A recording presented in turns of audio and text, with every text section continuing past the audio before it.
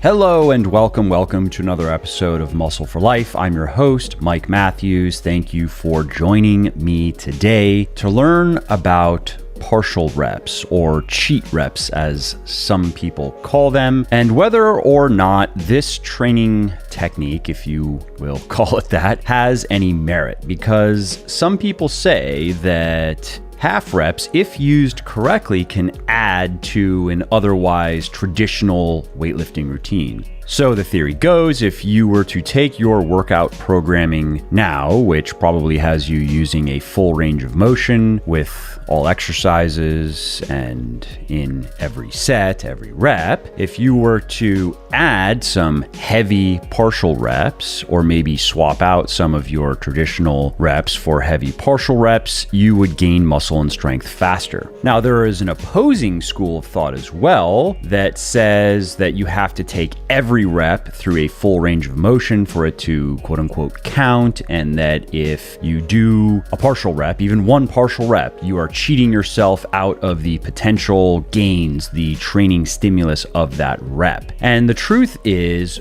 both of these philosophies are wrong. You don't need to include partial reps in your training, but they are not entirely useless. They actually can have a place in a well-designed training program. And in this podcast, I'm going to explain why and how to get the most out of partial reps if you want to give them a go. Also, if you like what I'm doing here on the podcast and elsewhere, definitely check out my health and fitness books, including the #1 best-selling weightlifting books for men and women in the world, Bigger, Leaner, Stronger, and Thinner, Leaner, Stronger, as well as the leading flexible dieting cookbook, The Shredded Chef. Now, these books have sold well over 1 million copies and have helped thousands of people build their best body ever, and you can find them on all major online retailers like Audible, Amazon, iTunes, Kobo, and Google Play, as well as in select Barnes & Noble stores. And I should also mention that you can get any of the audiobooks 100% free when you sign up for an Audible account. And this is a great way to make those pockets of downtime, like commuting, meal prepping, and cleaning, more interesting, entertaining, and productive. And so if you want to take Audible up on this offer, and if you want to get one of my audiobooks for free, just go to www.buylegion, that's B-U-Y, legion.com/audible, and sign up for your account. So again, if you appreciate my work, and if you want to see more of it, and if you want to learn time-proven and evidence-based strategies for losing fat, building muscle, and getting healthy, and strategies that work for anyone and everyone, regardless of age or circumstances, please do consider picking up one of my best-selling books, Bigger, Leaner, Stronger for men, Thinner, Leaner, Stronger for women, and The Shredded Chef for my favorite fitness-friendly recipes.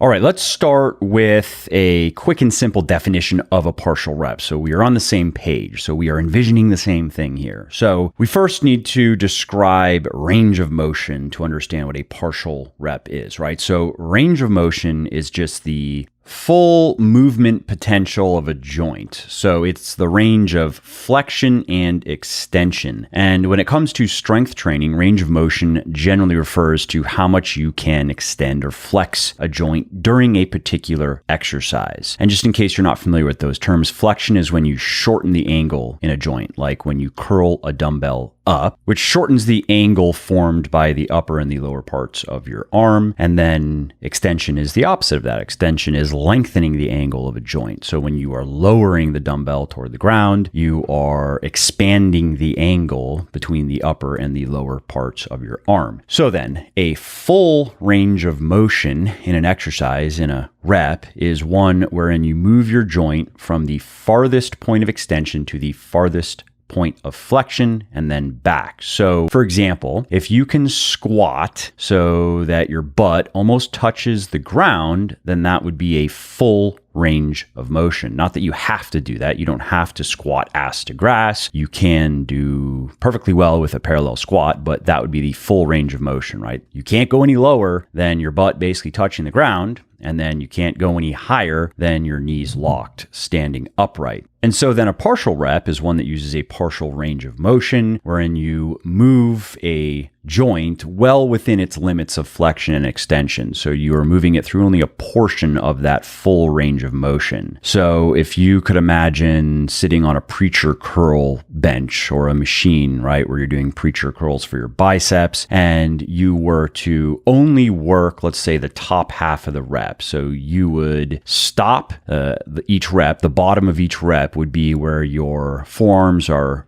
basically pointing at the ceiling as opposed to pointing at the ground, at which point you would then curl them back toward your body. That would be a partial range of motion, or those would be partial reps. We see this a lot on the bench press, for example, when people bring the bar down a few inches and they stop a few inches above their chest and then press it back up. We see it on the squat when people stop well above parallel, well above the point where their femurs, their thigh bones, their upper parts of their legs are parallel to the ground, or even a little bit lower than that. And well, you get the idea. Depending on the gym that you go to, you may see a lot of creative ways to partial reps. I know I have over the years. Now, why do people do partial reps? Well, of course, you have people who just don't know what they're doing. They don't know what full range of motion is. They don't know why it is important. And so they're just ignorant. Not stupid, but just ignorant. They just don't know. However, you do have many people who understand range of motion and who do use a full range of motion most of the time, but who also espouse using a partial range of motion, at least with certain exercises. And the reasons these people usually are doing this is because partial reps do allow you to use heavier weights while doing the same amount of reps or even more reps. And that can feel productive because, of course, adding weight to the bar or to the dumbbells is our primary goal as a natural weightlifter. That is primarily how we are going to achieve progressive overload and continue getting bigger and stronger.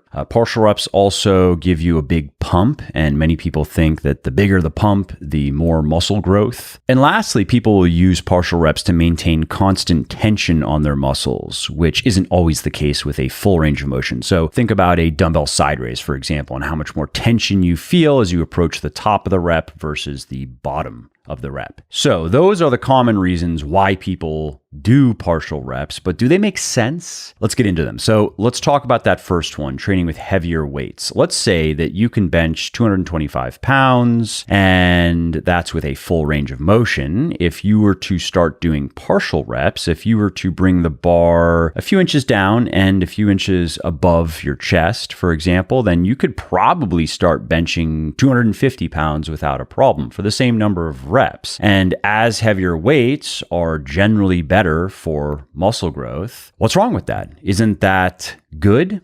Not quite, because what really drives muscle growth is increasing the amount of tension that you expose your muscles to over time, the amount of tension that is generated in your muscles. And in this sense, tension refers to how much force your muscles have to generate to move a weight. Now, another important concept here is volume, which is how much weight you lift, for how many reps you lift it, and over what distance. And that last point is key, because what we're getting at here is work. Muscles having to do work. Our muscles have to continue to work harder over time to get bigger and stronger. And anyone who has done a full squat and a quarter squat knows that the full squat requires a lot more work. Our muscles have to work way harder to do that full squat than the quarter squat. So coming back to partial reps, let's use this 225 pound bench press example again. Let's say you could do 3 sets of 6 reps with 225, full range of motion. And if we calculate that volume in terms of total pounds lifted, which is one way you can look at volume, it gives you a result of 4,050 pounds. So that's what you lifted in the 3 sets of 6 with 225. Now, let's say that you cut that range of motion in half, and that means that you are stopping each rep again, let's say 3, 4, maybe 5 inches above your chest, but that allows you to add 25 pounds to the bar and maybe 2 reps to each set. So now you're doing 250 pounds for 3 sets of 8 reps for a total volume of 6,000 pounds. That sounds great. It sounds like a training hack, but of course there is the problem that you are moving the weight about half as far, and your muscles are not doing nearly as much work. So you'd have to actually cut that volume in half. You'd have to look at it as benching only 3,000 pounds per workout. So despite increasing the weight on the bar and increasing the reps, reducing that range of motion actually reduced your volume by about 25%. And this is why most research shows that partial range of motion reps result in less muscle growth, even when people train with heavier weights or more reps. So as a rule, as a general guideline, sacrificing range of motion to add weight is only going to make it harder to gain muscle, and it also can increase the risk of injury and nagging aches and pains. I used to do heavy quarter squats a long time ago, and it wasn't nice for my knees, for example. And so that's the first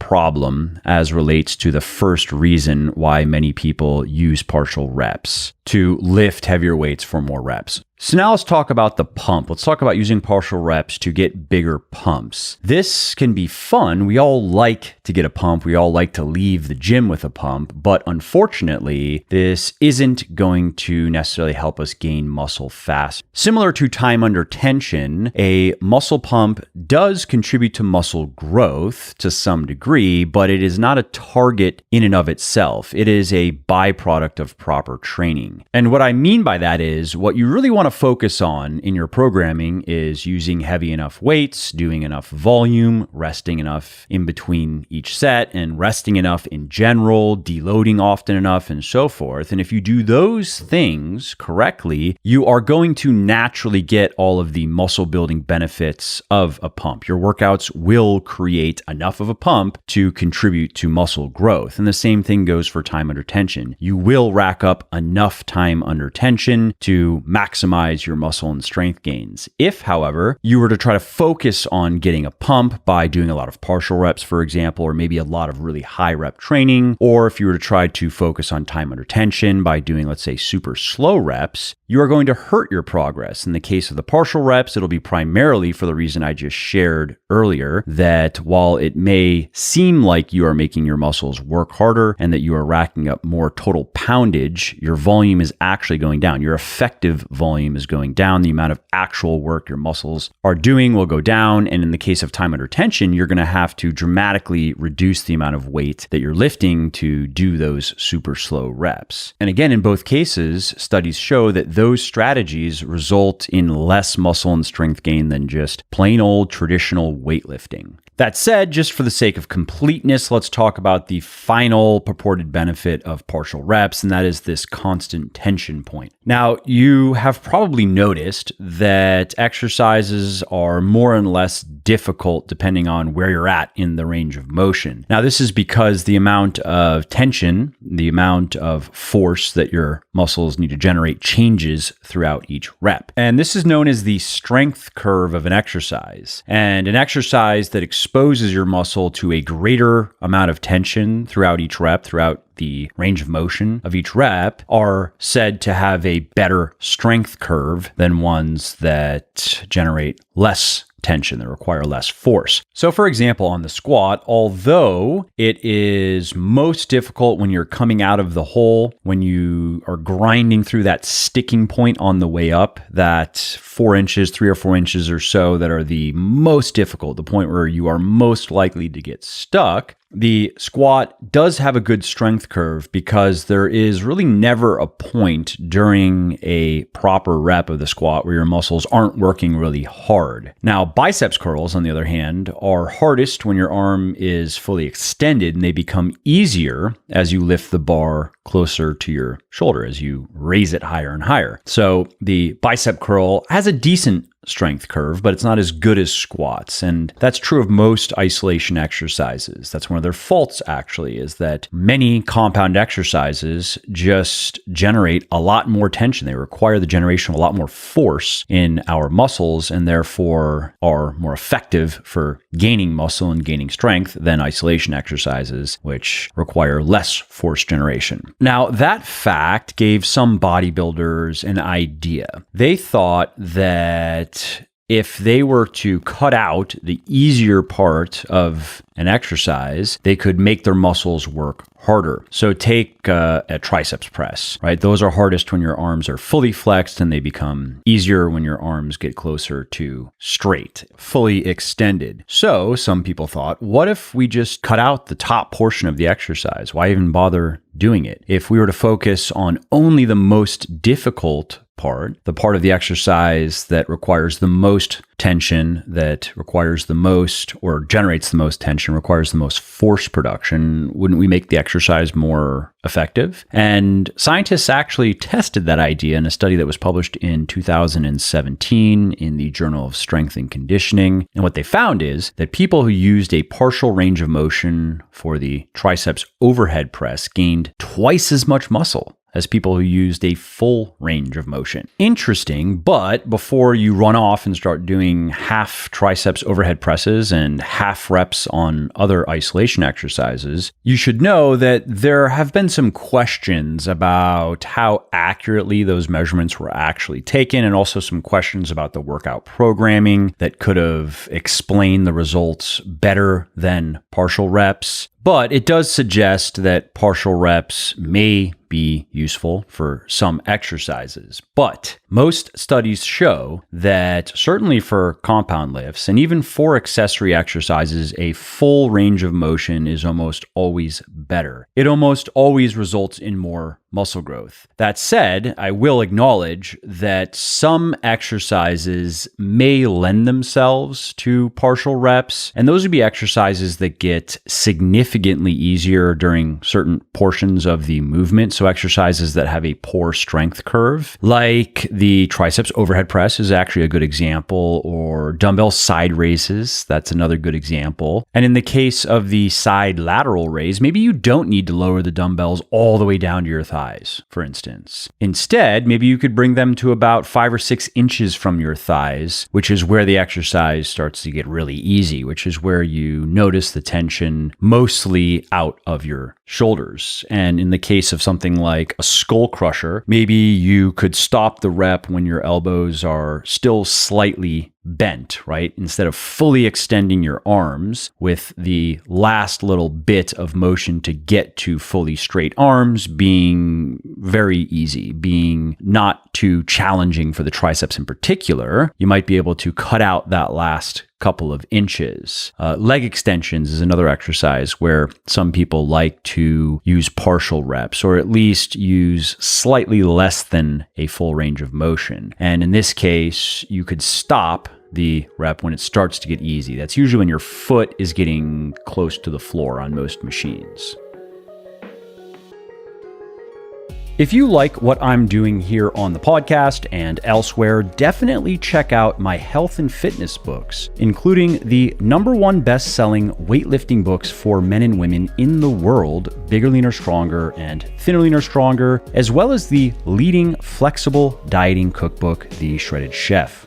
Now, as far as programming goes, if you want to try some partial reps just to see how your body responds, or just to say that you have done them, I wouldn't recommend doing partial reps in every set of every isolation exercise. I'd recommend choosing a few exercises that have a poor strength curve, and then doing at least half of your volume on those exercises with traditional full ranges of motion, and then doing the rest of it with partial reps. And if it were me, for example, I do 4 sets per isolation exercise. I would do 3 of those sets traditionally, and I would do 1 final set with partial reps. And when I say partial reps, again, I would just be looking to cut out the easiest portion of the exercise. I wouldn't be using half of a full range of motion. It would probably be like 70% or maybe even 80% of the full range of motion. And I also would go for more reps. So if I knew that I could do, let's say, 4 sets of 10 reps of side raises, dumbbell side raises with 40 pounds, and I were going to work in some partial reps, then I would do my first 3 sets. Let's say I get 10 reps. And then with my 4th and final set, my partial rep set,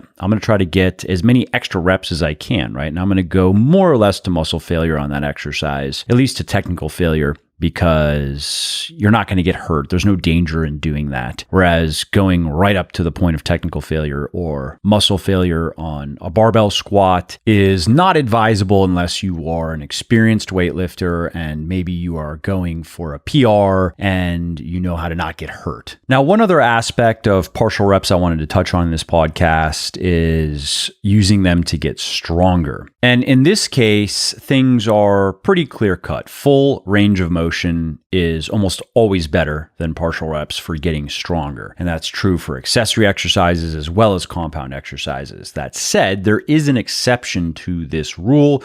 And if you pay attention to strong people on the internet or in the gym, you've probably seen them doing partial reps. Why? Well, partial reps are good for improving strength in the portion of the exercise that you're doing. So if all you did was partial reps, then that wouldn't be good, of course, because you might be strong in, let's say, the first 25% of the squat on the way down. That's what you're doing. You're doing quarter squats. And you could get strong in that little part of the exercise, which wouldn't be very useful because that's the easiest part. But let's say that's what you were doing for a while. And then if you tried to parallel squat or full squat, you might be shocked at how weak you are and how much less weight you can lift when you go from the quarter squat to the parallel or to the full squat. And I actually experienced that firsthand. I vividly remember when I properly free squatted for the first time. So up until this point, I had only squatted on a Smith machine. This was probably 7 years into my lifting journey. I had only squatted, that I can remember, on the Smith machine, and I maybe made it to parallel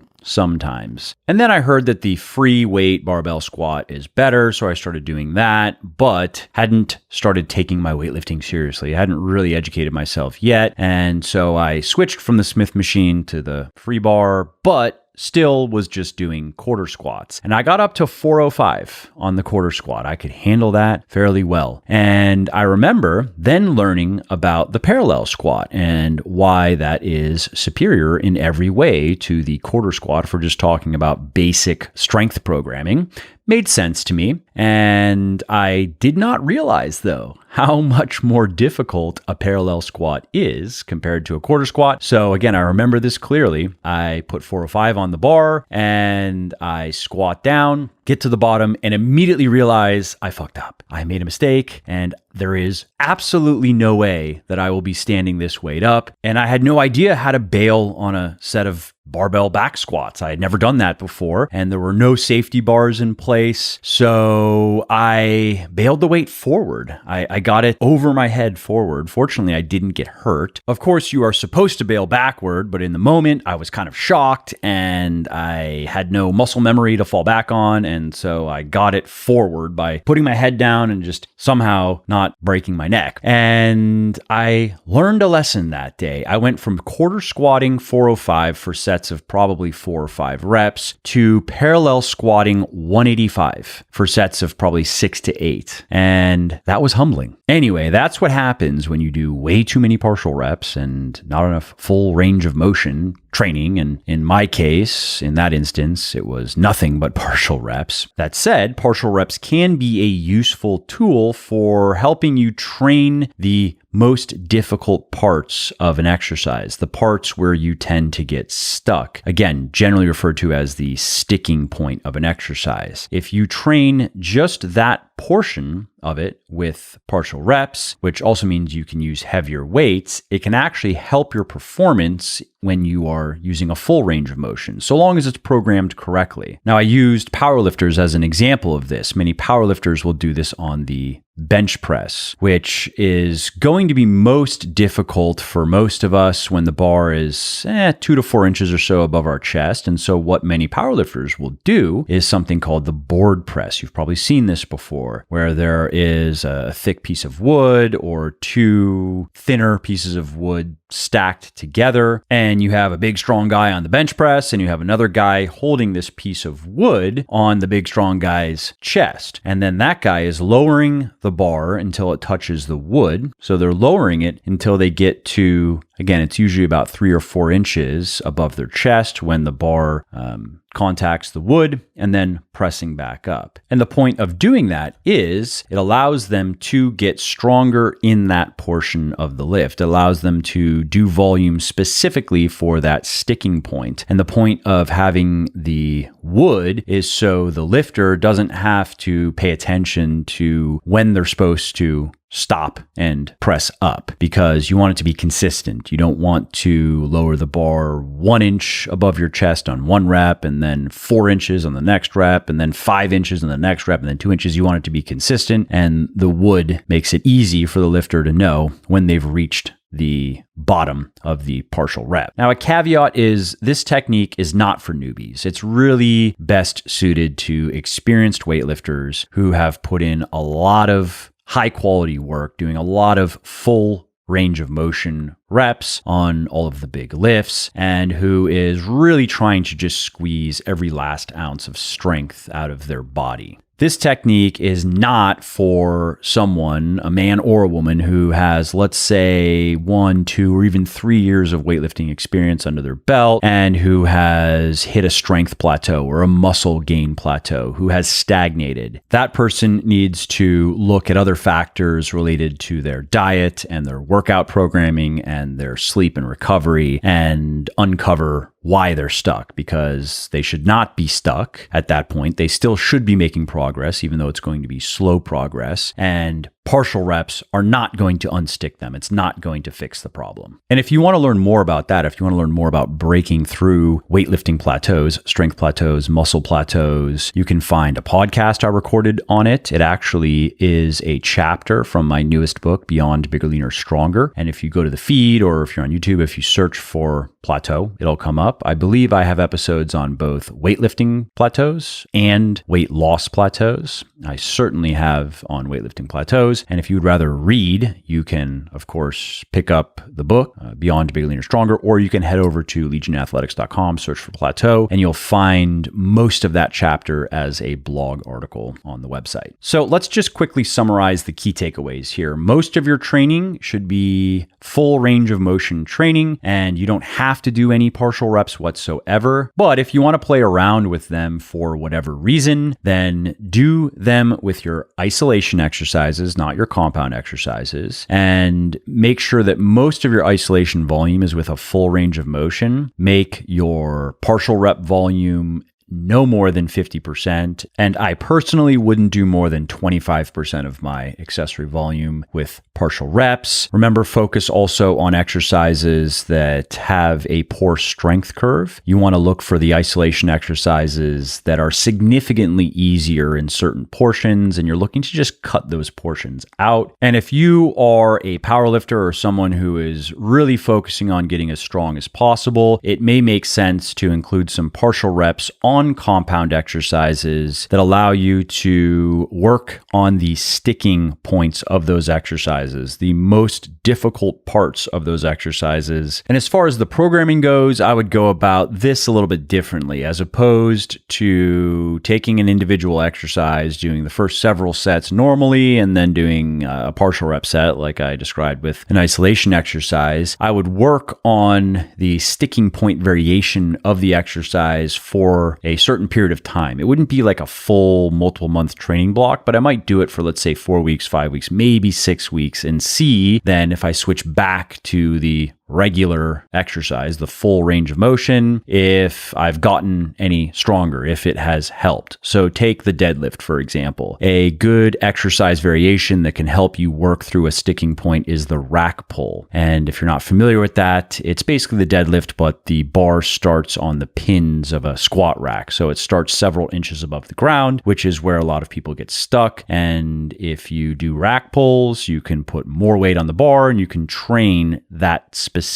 portion of the deadlift. So this is maybe an exercise worth incorporating into your training if you really want to try to get as strong on the deadlift as you possibly can. So you could deadlift traditionally, do your normal full range of motion training, and then for 4, 5, 6 weeks, do rack pulls exclusively instead. So let's say you're doing 4 sets of deadlifts per week, which you would be if you were following Beyond Bigger, Leaner, Stronger, for example. Okay, you swap that for 4 sets of rack pulls per week, and you want to make sure that you're still working within the the rep range that you're supposed to be working with, or the percentage of one rep max, which is going to go up. So you will be rack pulling more weight than you can deadlift, obviously. And you want to make sure that you do that, though. You don't want to just make the exercise all around easier by using the same weight that you can deadlift for the same number of reps on the rack pull. So let's say you are normally deadlifting 405 and you can get sets of 5, and that's with 1 rep in reserve. Let's say you're like 1 rep shy of your form falling apart, hard set. And then you go to the rack pull, 405, and now you're ending sets with like 2 or 3 reps in reserve. No, don't do that. Add a bit of weight to the exercise so you can maintain that intensity. Do it for 4, 5, 6 weeks, and then go back to the deadlift, the full range of motion, and see if it has helped you. All right, friends. Well, that's it for partial reps. They're really just kind of a cute little training technique that can spice up your workouts without hindering your progress if you use them properly. And I would say that statement, I guess, most applies to their relevance to muscle growth. As far as strength goes, they're a little bit more useful, again, if you are really trying to push your body to its limits and you really are trying to